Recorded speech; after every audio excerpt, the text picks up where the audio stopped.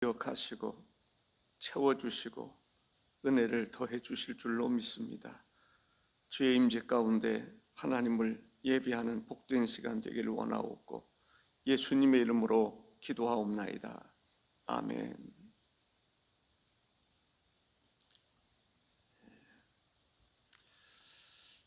오늘도 하나님의 귀한 은혜가 여러분 모두에게 함께 하시기를 주의 이름으로 축복합니다. 오늘은 오순절 성령님의 강림, 성령 강림에 대한 말씀을 드리겠습니다. 성령님의 강림, 성령님을 좀 더 이해를 하는 사람이라든지 성령 체험을 좀 한 사람일수록 성령 체험을 간절한 마음으로 사모하고 또 바라보고 그리하실 줄로 믿습니다. 그만큼 성령님은 우리에게 있어서 너무나 중요하신 분이다라고 말할 수 있습니다. 예수님의 제자들을 비롯해서 예수님을 따르던 사람들이 마가의 다락방에서 성령님의 임재를 기다립니다. 기다리다 보니까 그 날이 어떤 날이냐면 오순절이다라고 이야기를 하고 있습니다. 오순절은 유월절이 지난 다음 날, 유월절이 지난 다음, 유월절이 지난 그 안식일 다음 날이죠. 다음 날부터 시작해서 7주 후 그 다음 날, 즉 49, 그 다음 날 50일이 되는 이 순이라고 하는 것은 열흘을 이야기하는 것입니다. 오수는 50일을 이야기하는 것입니다. 그 오순절을 칠칠절이라고도 이야기를 하고 맥추절이라고도 이야기를 합니다. 출애굽기 34장 22절에 보면 칠칠절 곧 맥추의 초실절을 지키고, 또 출애굽기 23장 16절에 보면 맥추절을 지키라. 이는 내가 수고하여 밭에 뿌린 것의 첫 열매를 거둠이니라. 우리가 추석을 보내듯이 이스라엘 사람들은 이 맥추절을 또 지내는 것을 볼 수 있습니다. 그 맥추절에, 오순절에 성령님이 임했다라고 하는 것이죠. 그 성령님의 임재에 대해서는 성경이 예언하고 있음을 우리가 볼 수가 있습니다. 요엘서 2장 28절 29절에 보면 그 후에 내가 내 영을 만민에게 부어주리니 너희 자녀들은 장래일을 말할 것이며 너희 늙은이는 꿈을 꾸며 너희 젊은이는 이상을 볼 것이며 그때 내가 또 내 영을 남종과 여종에게 부어줄 것이며 라고 말합니다. 세례 요한도 누가복음 3장 16절에 이렇게 말합니다. 요한이 모든 사람에게 대답하여 이르되 나는 물론 너희에게 세례를 베풀었으나 나보다 능력이 많으신 이가 오시나니 나는 그의 신들끈을 풀기도 감당하지 못하겠노라. 그는 성령과 불로 너에게 세례를 베풀 것이요 라고 말합니다. 예수님께서도 요한복음 3장 3절에서 예수께서 대답하여 이르시되 내가 진실로 진실로 내게 이르노니 사람이 거듭나지 아니하면 하나님의 나라를 볼 수 없다라고 얘기를 합니다. 성령으로 말미암지 않고는 이 하나님의 나라를 볼 수 없다. 성령으로 거듭나는 것이죠. 이미 이르매라고 얘기를 합니다. 이미 이르렀다라고 하는 말인데, 이미 이르렀다라고 하는 말은 쉼 플레로오라고 하는 말입니다. 이 말은 가득하게 하다, 완성하다에서 유래되었는데 완전히 채우다, 완성되다, 완료되다, 성취되다 다시 말한다면 오순절이 완전히 이르렀을 때라고 하는 이야기입니다. 예를 든다면 한나가 임신하고 때가 이름에 아들을 낳아라고 하는 것처럼 때가 온전히 이르렀을 때라고 하는 얘기입니다. 안식일이 온전히 이루어졌을 때, 꽉 찼을 때라고 하는 이야기입니다.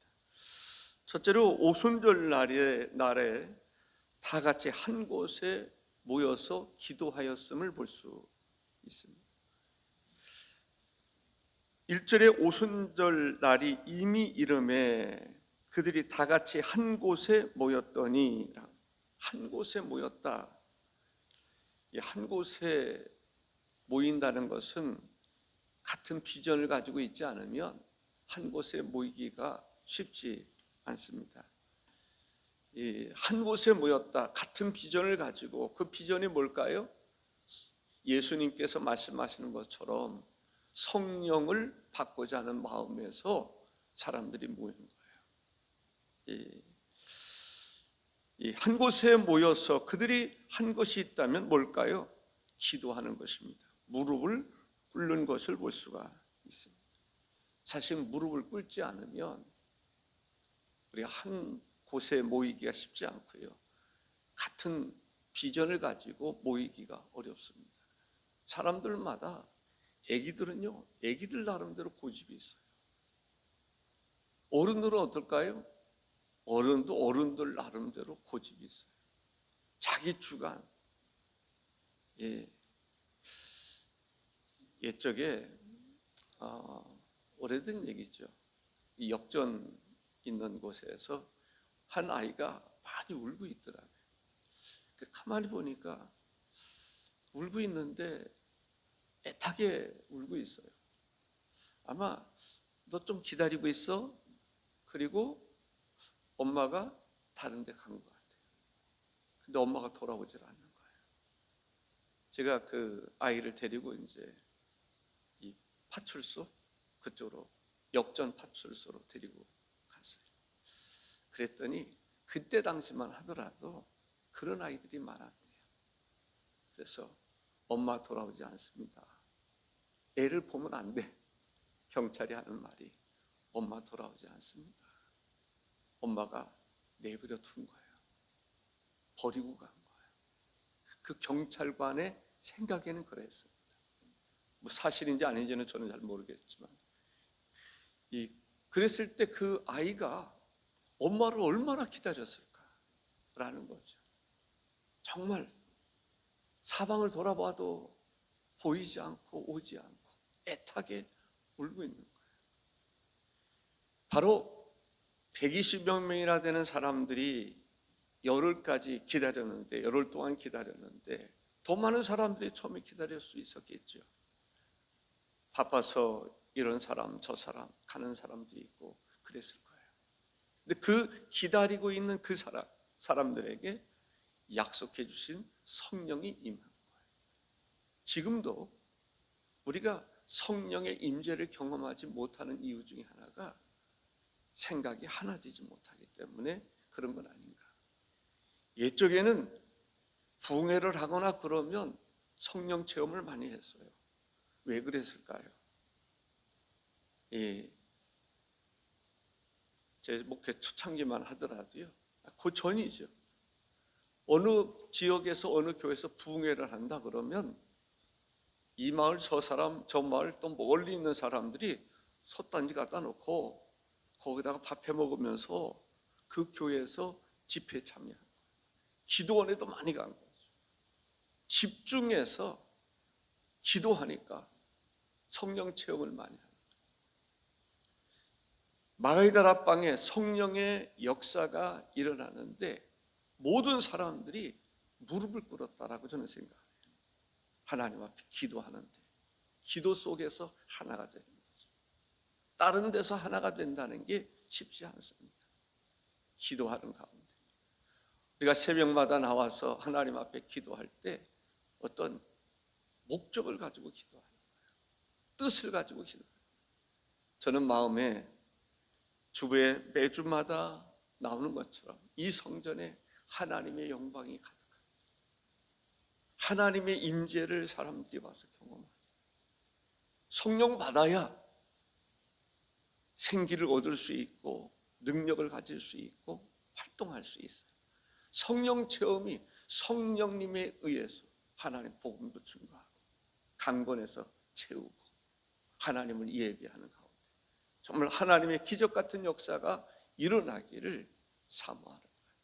같은 것을 가지고 매일같이 하나님 앞에 기도하면 두세 사람이 내 이름으로 모인 곳에 같은 비전을 가지고 모이는 거죠. 그때 하나님께서 역사하는 것처럼 하나님께서 우리들 가운데서도 크게 역사하실 줄로 믿습니다. 마가의 다락방에 사람들이 모였습니다. 어떤 모습일까? 무릎 꿇는 모습. 이해가 되시나요? 느낌이 오시나요? 120여 명이 모여서 어떤 모습? 무릎 꿇는. 거기서 하나가 되는 거예요. 주님이 보실 때에 자기 소리 막 내고 그러면 하나가 될 수 없다니까요. 근데 무릎을 꿇을 때에는 하나가 되는 거예요. 교회도 그래서 이 소리 저 소리 요란하고 그러면 진짜 하나님의 영이 함께하는 사람들은요, 한 사람 한 사람 무릎 꿇는 거예요. 내 말하지 않고 내 고집대로 말하지 않고 자기 주관 얘기하지 않고 무릎 꿇고 회개하고 하나님의 임재를 사모할 때 한 사람 한 사람이 모이면 하나가 되는 줄로 믿습니다. 두 번째는 하늘로부터 2절에 보니까 호련히 하늘로부터 급하고 강한 바람 같은 소리가 있어 그들이 앉은 온 집에 가득하며라고 얘기를 합니다. 성령님의 임재를 보면 급하고 강한 바람 같은 소리가 있었다라고 해요. 급하고라고 말했는데 이것은 무슨 말이에요? 몰아치듯이 으르렁거리듯이 바람이 부는 소리가 들렸다는 거예요.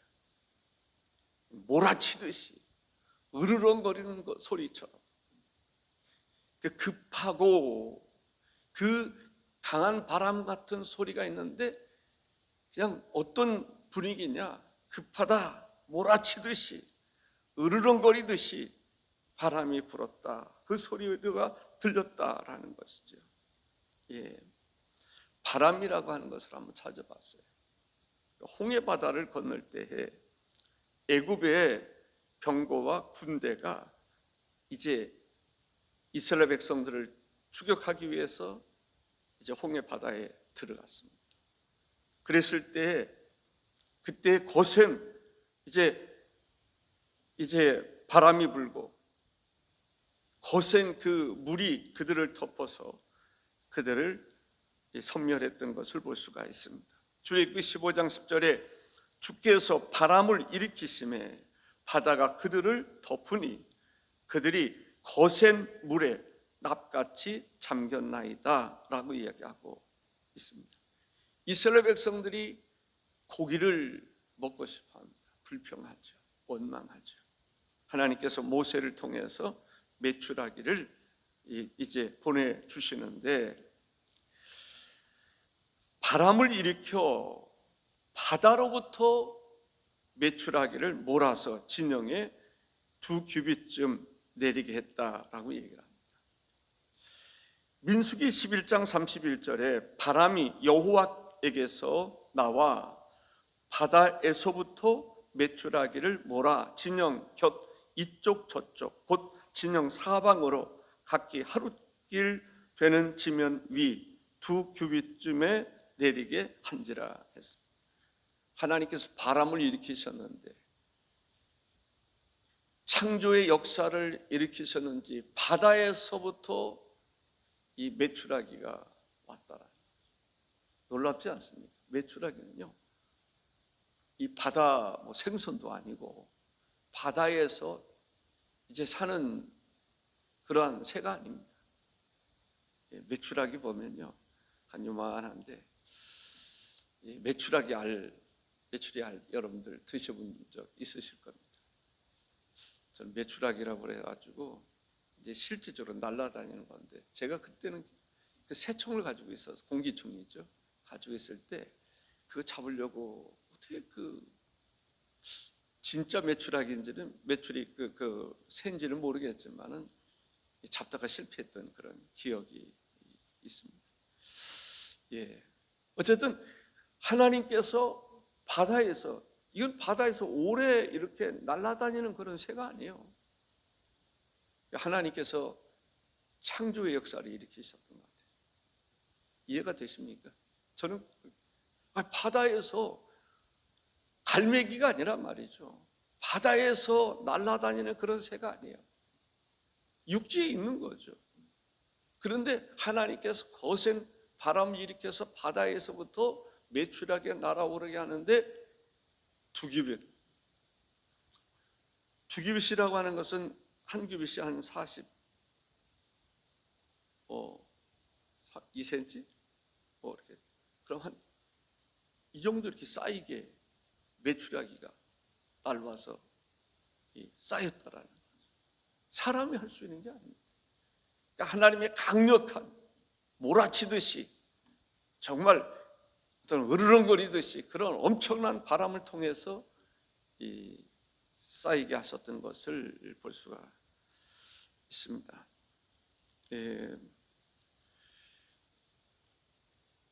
그 엘리야의 경우를 보면 열왕기하 2장 1절에 여호와께서 회오리 바람으로 엘리야를 하늘로 올리고자 하실 때에 라고 해요. 회오리 바람으로 하나님께서 엘리야를 어디로? 하나님의 거하시는 하늘로 올리. 그러니까 우리가 생각하는 회오리 바람, 그 회오리 바람에 우리가 들어가면 어떻게 될까요? 정신없을 것 같아요.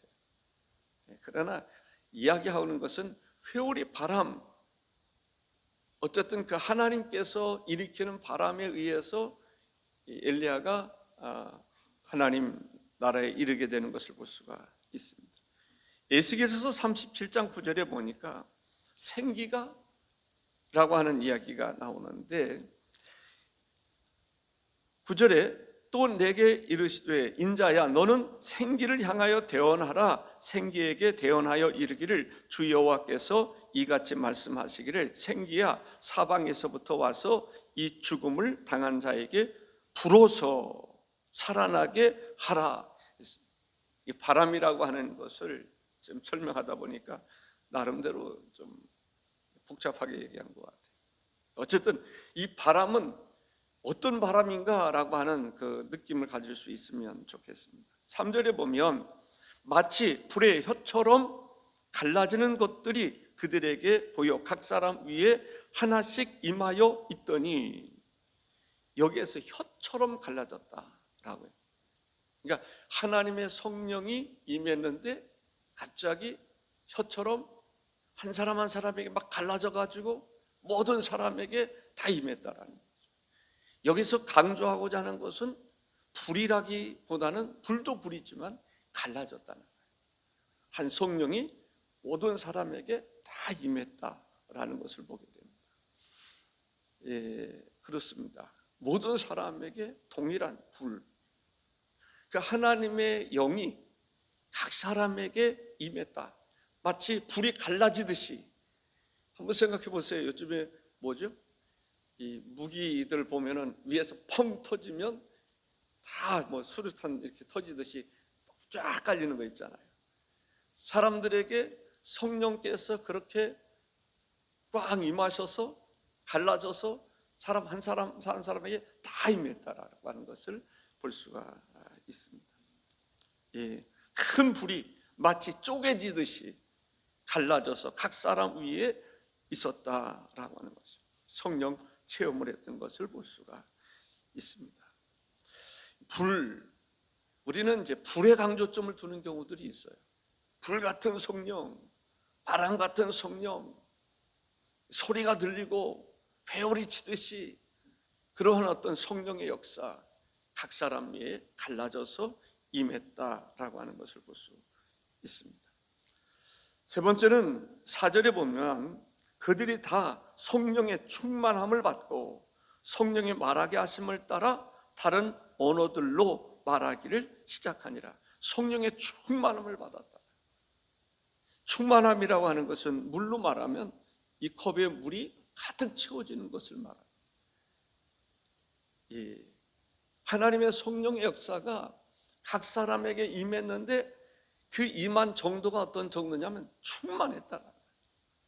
가득 성령으로 완전히 채워지는 것을 말합니다.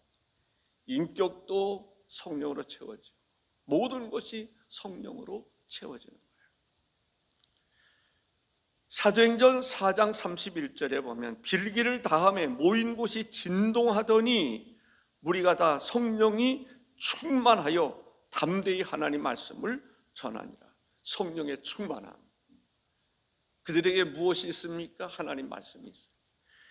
내 속에 성령이 충만하면 내 속에 하나님 말씀이 성령님과 함께 역사가 일어나는 거예요. 그게 중요한 거예요. 뭐 충만하게 충만한데 말씀이 없으면 말씀의 역사가 일어나질 않는 거죠.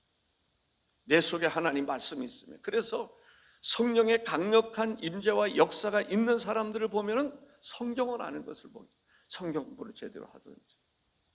만일에 성령의 역사가 일어나는데 성경이 없다 그러면 어떨까요?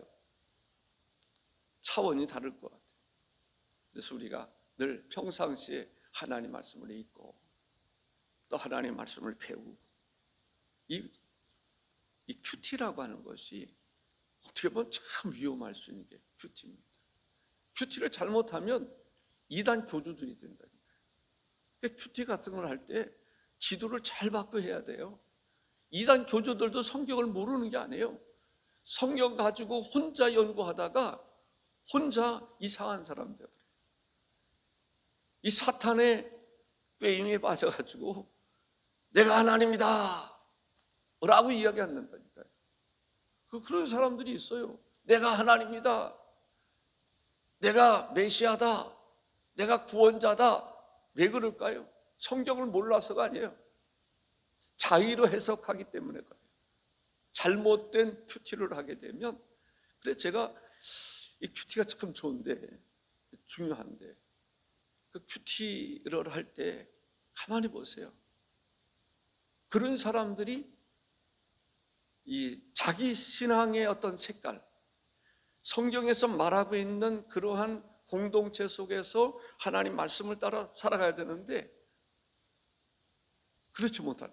그래서 어떤 성경을 많이 안다라고 그러는 사람, 뭐 성령 체험했다라고 하는 사람이 교회 생활을 안 해. 주일날 나와서 예배 안 드려. 그런데 자기가 혼자 신령하대. 그래 예전에 보면은 이제 뭐 기도한다는 사람, 뭐 능력 있다라는 사람들이 자기 집에다가 이렇게 뭐 상 차려놓고 사람들 그러면서 주일날은 자기가 나가지 않고 마치 그리로 오기를 바라는 그 엉뚱한 사람들이 있어요. 그건 잘못된 사람들이라고 생각합니다. 성령이 충만함을 알았다. 다른 언어로 말하기 시작했다라는 거죠. 여기 다른 언어, 이 방언이라고 하는 것인데 어떤 사람들은 너무 이렇게 분류를 하는 경우들이 있어요. 초대교회에 있었던 그 방언하고 지금의 방언하고는 차이가 있다. 제가 주석 같은 것을 보면 어떤 주석에는 차이가 있다라고 말하기도 하지만은 그 방언이 이 방언일 수도 있다라고 얘기를 합니다. 사실 베드로가 하나님의 말씀을 증거할 때 사람들이 다 각기 자기 나라 말로 알아들었습니다. 그런데 사도행전 10장에 보면은 고넬료의 가정에 성령이 임하면서 그들도 동일한 방언을 했단 말이죠. 근데 거기는 외국인들이 있을 필요가 없었다고요. 다른 나라 사람들이 있을 필요가 없어요. 다 같은 말을 쓰는데 다른 나라 말을 할 이유가 없잖아요. 저는 마가의 다락방에 임했던 성령의 역사와 더불어 일어났던 방언의 은사, 방언의 역사는 어떤 경우에는 그렇게도 나타날 수 있지만 오늘과 같은 방언이었다라고 저는 개인적으로 그렇게도 생각을 합니다. 어떤 주석에서 이야기하는 것처럼 전혀 다른 방언이 아니라 그렇게도 나타나고 각 사람에게 각 나라 사람의 말로 들려지는 그 방언의 신비로운 역사, 사람들이 깜짝 놀랄 수 있는 그 역사가 일어나기도 하고, 오늘날 우리가 하는 그 방언의 역사도 그 가운데서 동일하게 일어났다라고 저는 개인적으로 그렇게 믿는 사람. 어쨌든 놀라운 역사가 일어났던 것을 볼 수가 있습니다. 고린도전서 14장 2절에 보면 방언을 말하는 자는 사람에게 하지 아니하고 하나님께 하나니 이는 알아듣는 자가 없고 영으로 비밀을 말함이라 했습니다. 이 시간 하나님 앞에 우리가 기도하고 싶은 것은, 기도하기를 원하는 것은 하나님의 성령의 임재가 우리 속에 더욱더 충만하기를, 그래서 성령을 쫓아 방언을 하더라도 성령을 쫓아, 우리가 무엇을 하더라도 성령이 충만하면 성령을 쫓아 살아갈 수밖에 없는 거예요. 바울이 그랬던 것처럼 성령의 임재가, 하나님의 나라는 뭐예요? 내 마음속에 하나님의 나라가 이루어지기 위해서는 성령의 임재가 없이는 하나님의 나라가 이루어질 수가 없는 거죠. 하나님의 나라, 성령의 충만함을 따라서 교회도 성령 충만함을 받아야, 마가의 다락방에 성령의 충만함을 받을 때 놀라운 역사가 일어났던 것처럼 교회가 확장되고 하루에도 수많은 사람들이 죽기로 돌아오는 역사는 성령의 역사인 것입니다. 그래서 우리가 성령을 쫓아 말할 뿐만 아니라 성령의 감동을 주시면 성령을 쫓아 행동하는 그러한 교회가 능력 있는 교회고, 부흥하는 교회고, 확장하는 교회고, 거기에서 성령의 은사도 나타나고 성령의 열매도 맺게 하는 놀라운 역사가 오늘 우리들에게 임하기를, 우리 금성교회에 임하기를 주여 세게 부르짖으면서 기도할 수 있기를 바랍니다. 기도하겠습니다. 존귀하신